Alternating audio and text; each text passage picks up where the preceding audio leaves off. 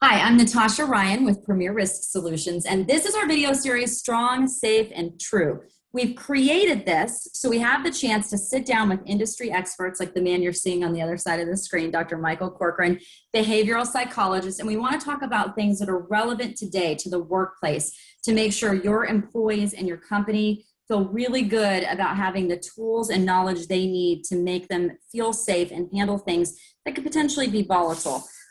Dr. Corcoran, if you wouldn't mind a little bit of background, I know you had your Secret Service days, which I'd like to hear some stories about one day, but not now.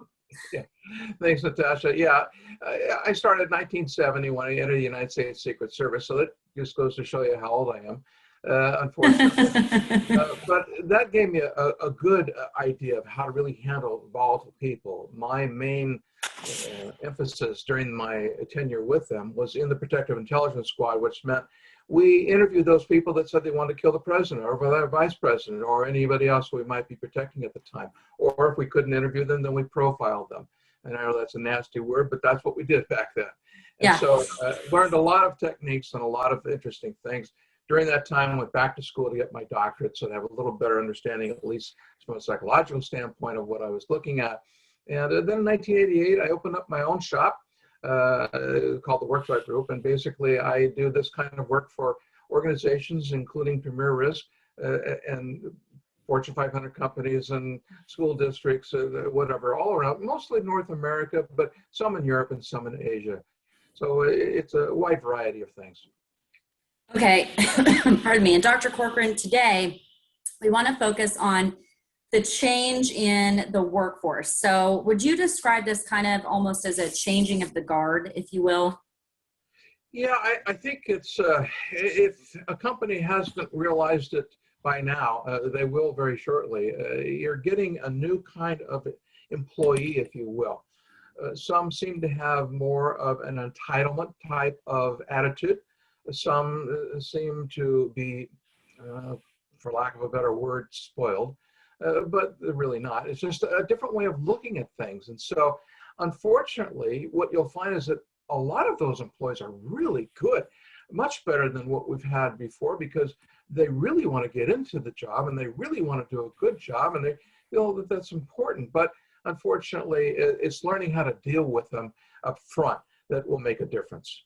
Right. Okay. So I'm trying to get this PowerPoint up and we're going to get right into it. So, we talked a little bit preparing for this and how employees are kind of now in charge of not only physical safety, right? They're also in charge of emotional safety.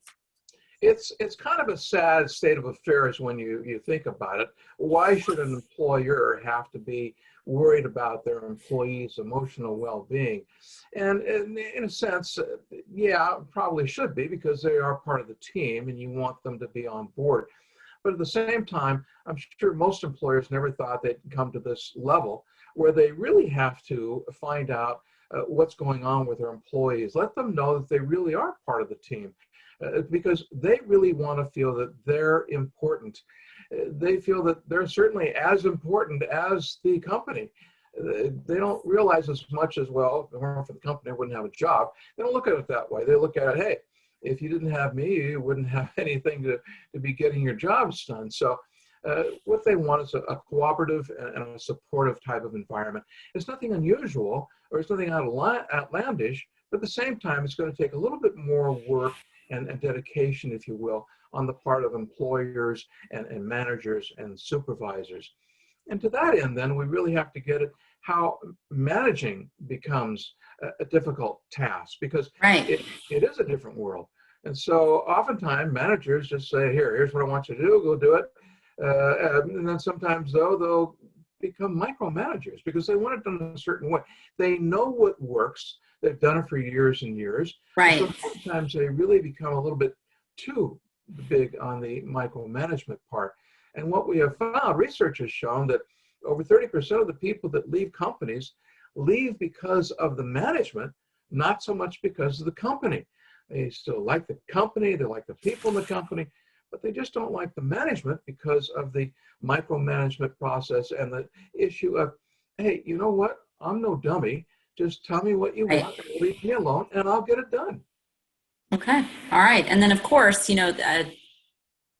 whole new world, right, with political and racially motivated movements. I know people in my life, I felt a little anxiety through all of this. How do you kind of manage what's going on around the world so that their workday isn't impacted? Yeah, it's not an easy thing. It's going to happen. Remember, they're used to feeling entitled. They're used to feeling that they're important, at least as important as anything else within the company. And so they feel that they have a right to express some of their views, and sometimes even more so than probably they should. So what they want is they want respect for their beliefs. They don't want any put downs. They want to feel more comfortable. And what's happening is that a lot of these employees are actually leaving companies because they feel that the company doesn't believe in what they believe in. And so it's kind of foreign to me, but at the same time, it's what's happening. If I'm a Democrat and the company is more Republican, well, that's just a terrible thing. And so you really have to decide what it is you're going to allow people to talk about. You can no longer just say, okay, politics, sexual things, we don't talk about that. What you really do is become a little bit more, in general, just saying inappropriate behavior, inappropriate comments are not accepted here, and then decide how to define that. And that becomes a tricky part. And so what I always say there is just get more people involved. Get these same people that you're going to be talking to involved in the process of deciding what that really means. I don't mean that they write the policy, but I think that asking them for information will help a lot. That makes sense. And, more on managing political discussions. Right. I mean, what do you do if someone is super one side of the fence, someone is super one side of the other fence, and they're starting to go at it and they no longer feel comfortable working next to the cubicle or, dealing with Zoom calls with their colleague? Yeah, and I've had some of that. And sometimes it's a simple matter of just having them go to different groups or not come on the same time as others. But basically, what it involves is some training on the part of employees. I remember once back in, way back in the 90s, I was asked to start the DARE program. I don't know if people are familiar with that, with drug abuse resistance education.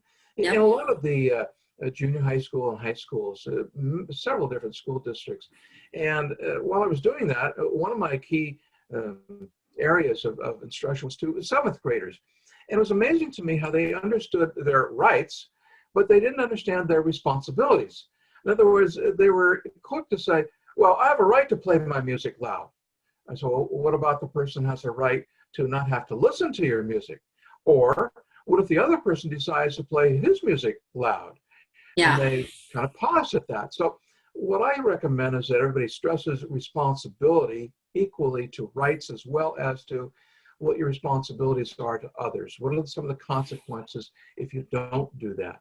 So it just really, again, goes back to what I was suggesting before, that it really begs the employer to open some of this for discussions with no judgments, just wanting to find out from people, what are the issues? What are some of the things you're concerned about?